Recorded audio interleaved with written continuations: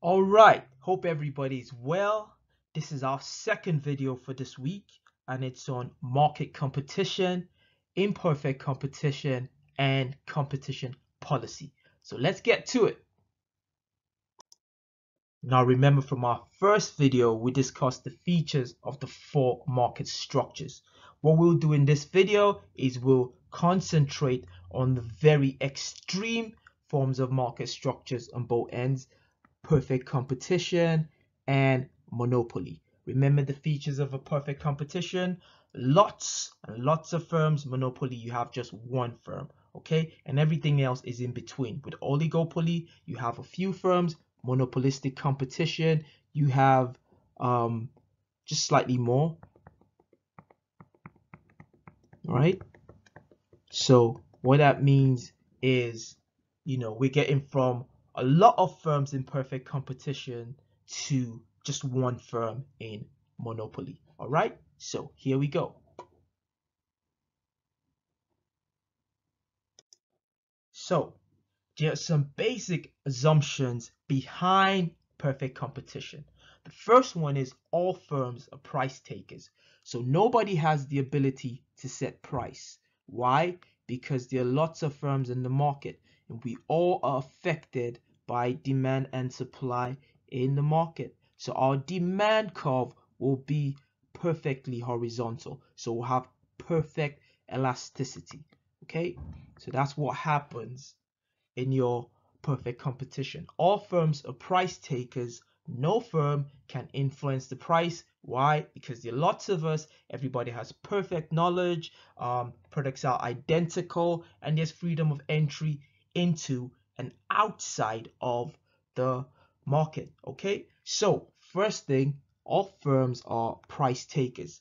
Now, I've already said this, but also there's freedom of entry into and out of perfect competition. So what's going to happen is, if somebody's making abnormal profits for any reason, or the suppliers are going to get aware of this and they're going to enter the market. So we have freedom of entry, not a lot of barriers to entry. In fact, entry is free. Anybody can set up shop, right? Type of products in perfect competition, we also mentioned this, they are identical. So everybody's selling the same thing, like everybody's selling salt, for instance. Okay, so we all know the price of salt. We can all get into the salt market, and all our salt is the same in terms of quality, quantity. It's all the same. And finally, there's perfect knowledge. Okay, so everybody knows about everybody else. They know their prices, they know the kind of products they're selling. It's the same. There's freedom of entry into and outside. Okay, and this perfect knowledge everybody knows. All right, so if you do anything, everybody in the market is going to know. Now, those assumptions have certain implications for perfect competition equilibrium. First of all, in the short run, abnormal profits or losses can be made, but in the long run, only normal profits are made due to entry and exit of firms. So what happens is that in the short run, because there's only a few of us, we can make some abnormal profits. And of course, if we can make abnormal profits, it's also possible to make abnormal losses, right? But then other suppliers are going to get wind of our fortune. And if we're making abnormal profits, then they want to get in as well, right? So other people are going to set up shop, and then we can only make normal profits in the long run. Also, allocative efficiency is achieved. This happens because price is equal to marginal revenue and is equal to demand. We'll see this right now below us. And also, productive efficiency is achieved. Why? Because we are selling at the minimum average cost. Okay, so we're being efficient, we're not wasting anything, right? And of course, allocative efficiency. Why? Because price is equal to our marginal revenue, and this is equal to demand. So we're actually selling, we're allocating resources at what the market is demanding for it as well. Okay, now let's illustrate this down here in this beautiful graph we have right here. Okay, now what happens in period A? Okay, you have your supply curve S1, and you have your demand curve. Now remember, we said in the long run, price is going to be equal to marginal revenue, and that will be equal to demand. In the short run as well, our price would be equal to our marginal revenue. That will also be equal to our demand, and our price is this. So say we're selling at P1, right? We're making some profit here. Now our price is equal to our marginal revenue. Okay. Now what's going to happen is we're going to be selling here. Okay. Now look at how much we're selling at P1, but in the long run other firms are going to join the market. Okay, so that's what we have here, entry of firms, and then what will happen, there's a shift in supply. Remember, shift in supply, more supply, so we move to S2 over here. Now if our demand curve is still the same over here, this means this is what our price will be. Now it will be P2, which is lower than our previous price P1. Okay, to the right in graph B, illustrated it better. Okay, so remember we have our marginal revenue, right, and we have our marginal cost. We know we're going to say where marginal revenue is equals to marginal cost. Okay, also that will be in period 1. This is our quantity, right? Now what's going to happen is more firms are going to move in, and remember we want to sell below our average cost. In the long run it has to be at least equal to our average cost. Okay, so we're here and we'll be selling Q2, right? So we're making all this abnormal profit in period 1. We could have just come down here, right, or maybe just down here, but no, we moved here, all right, to P2, and our profit becomes normal. Now there are some advantages and disadvantages of perfect competition. Let's look at the advantages first. First one is that the price is equal to a marginal cost. So this is good, right? So think about it. What is the marginal cost? The marginal cost is the additional cost per unit, right? And that is equal to price. So we're actually paying what that product is actually worth. Okay, so this is good, right? It's fair for the customer, right? Production is also at minimum average cost, so that's good. No waste. We can only make normal profits in the long run, which is good. Helps with our inequality, right? Responsive to consumer wishes, so you have this concept of a consumer sovereignty, so the customer is king, and that is why we have a very, very, very sensitive demand curve. So we're very responsive to consumer wishes, and we have consumer sovereignty. Competition, think about it. What does that bring? It leads to efficiency. So there are a lot of us competing. We'll be trying to bring out new products. Prices will come down, right? And we'll be very efficient. So competition helps to promote efficiency. Also, there's no point advertising. Remember, there's perfect knowledge, there's perfect information, free entry into and outside the market. So, you know, there's no point advertising. Everybody already knows what's going on in the market.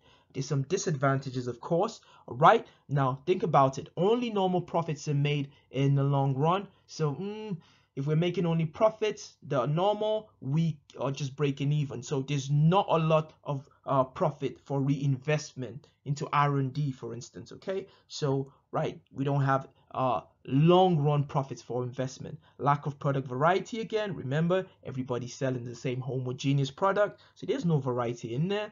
Of course, you know, we don't have competition over product design and specification because we're all selling the same kind of product. Okay, so there's lack of competition over product design and specification. All right, let's talk about a monopoly. What is a monopoly? A firm is considered a monopoly if it is the sole seller of its product does not have close substitutes, and it is a price maker rather than a price taker. Okay, so think about it. You're the sole seller of your product, okay, as opposed to perfect competition where there are a whole lot of you selling the same homogeneous product. Here you are the sole seller of this product. Your product does not have close substitutes, so think about it. Competition is even lower. Cross price elasticity is even lower. It's a very, very important point. And you're a price maker rather than a price taker, as opposed to perfect competition also, where everybody is a price taker. Here, you are a price maker. You can set your own prices. So what does this mean? This means a monopolist faces a downward sloping demand curve. When a monopoly drops the price to sell one more unit, the revenue received for previously sold units also decreases. And this is why a monopolist will not want to drop their prices. Why? Because of this little thing called what? Price inelasticity. Okay, so our demand curve is largely inelastic. This is perfectly inelastic, but here we're largely inelastic. Okay, right?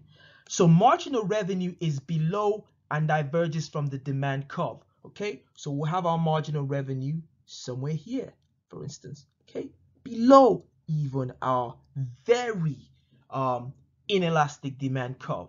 Okay, now of course, like whatever happens, wherever, we will still maximize profit where marginal revenue is equal to marginal cost. But you will see we'll be able to play around with the figures. All right, so what does this mean for monopoly in the long run? First, we're productively inefficient. Why? We don't produce at the minimum average cost. Remember, we said our perfect competition market is characterized by producing at the minimum average cost. We don't do that in monopoly, okay? And I'll show you in a bit. Also, we are allocatively inefficient. We do not produce where price is equal to marginal cost. Okay? Sounds fishy, right? Remember, with our perfect competition, we did produce where price was equal to marginal cost, but we don't have to do that in a monopoly. So here we go. Let me show that to you in these two graphs. Let's see graph A here. So remember we said our demand curve is very what? Inelastic, so downward sloping. Our marginal revenue curve is even below that, okay? And remember what we said about our marginal cost curve, right? It's like a Nike, right? So goes down, then starts to go up.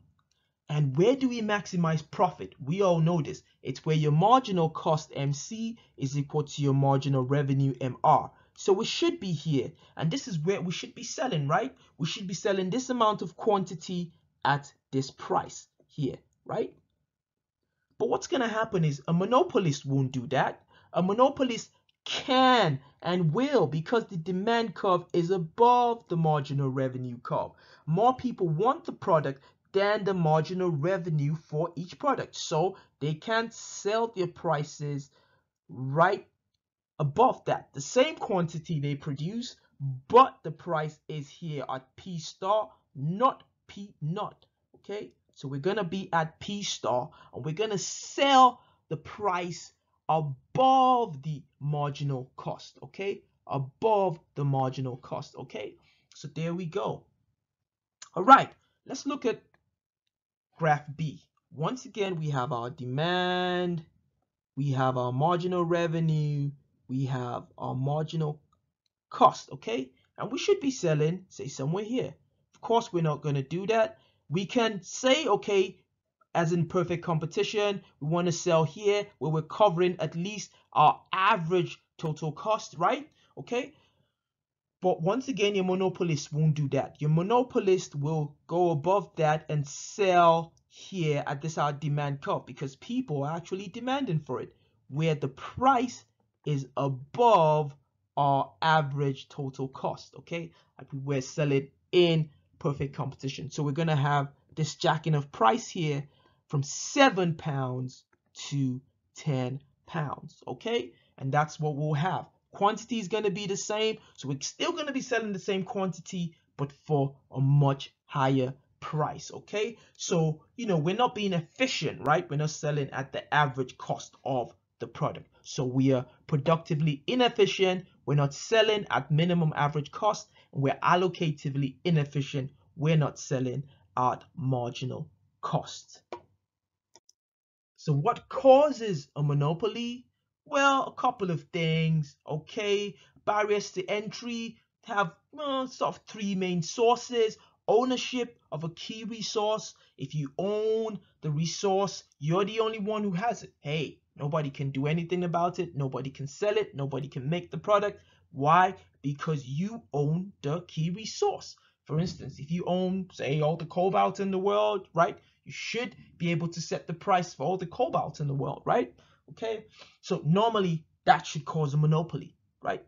If the government gives a single firm the exclusive right to produce some good, of course that will produce a monopoly as well, right? You're the only one who can make it, so you will have exclusivity of the produce, all right? And you will be a monopoly. Or maybe the cost of production just make a single producer more efficient than a large number of producers, okay? So maybe the cost of production is so high, instead of us competing against each other, let's just pull all our resources together and make this giant mega firm to produce, right? We could be a monopoly as well, okay? Now, normally we have differentiation, right? And that's what happens in the UK. We try not to have monopolies, okay? So we have barriers to it. We might say make different products, or just compete against each other like we do against the big telecoms producers in the UK, right?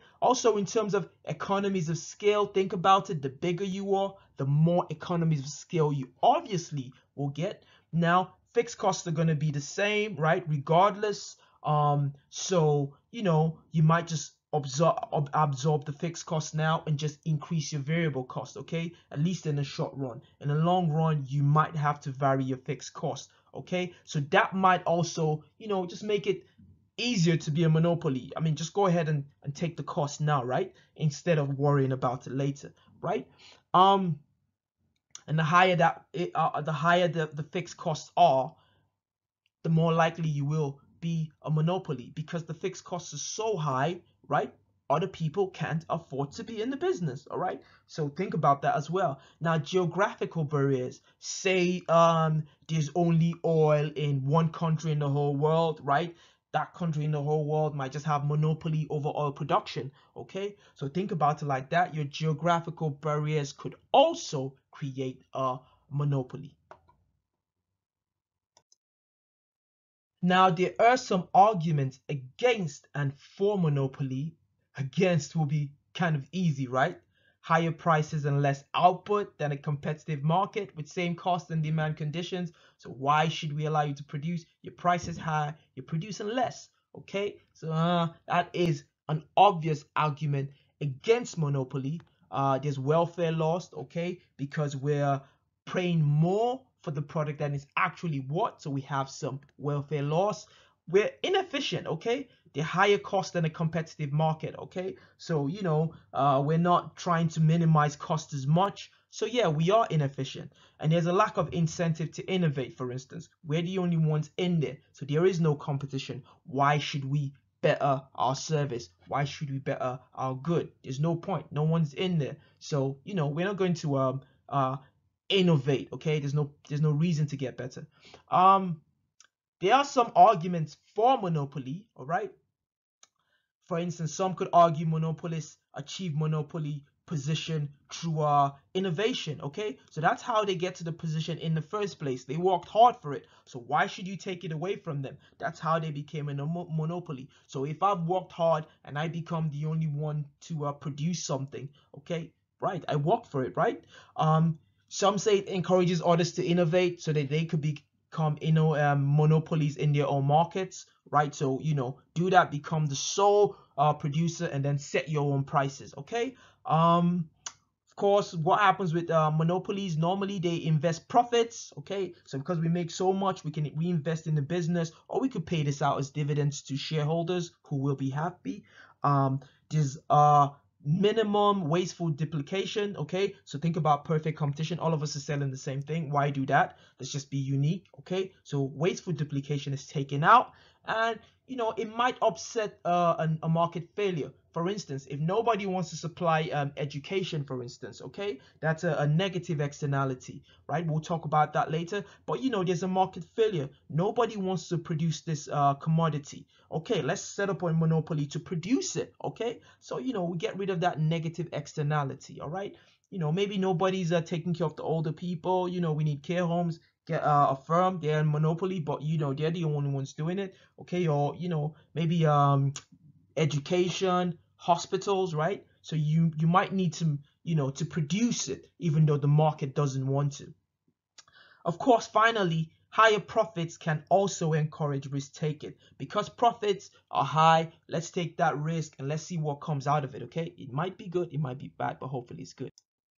All right, your class activity 2. The second class activity for the week is to draw the profit maximization point for A, a perfect competitor, and B, a monopolist. All right? So once again, draw the profit maximization point for A, a perfect competitor, and B, a monopolist. This is in addition to your first class activity, your class activity 1. Right? So draw the profit maximization point for A, perfect competitor, B, monopolist, and I'll see you later. Have a fantastic week. Wish you all the best. Keep studying, keep working hard, and you will be fine. Okay, have a good time.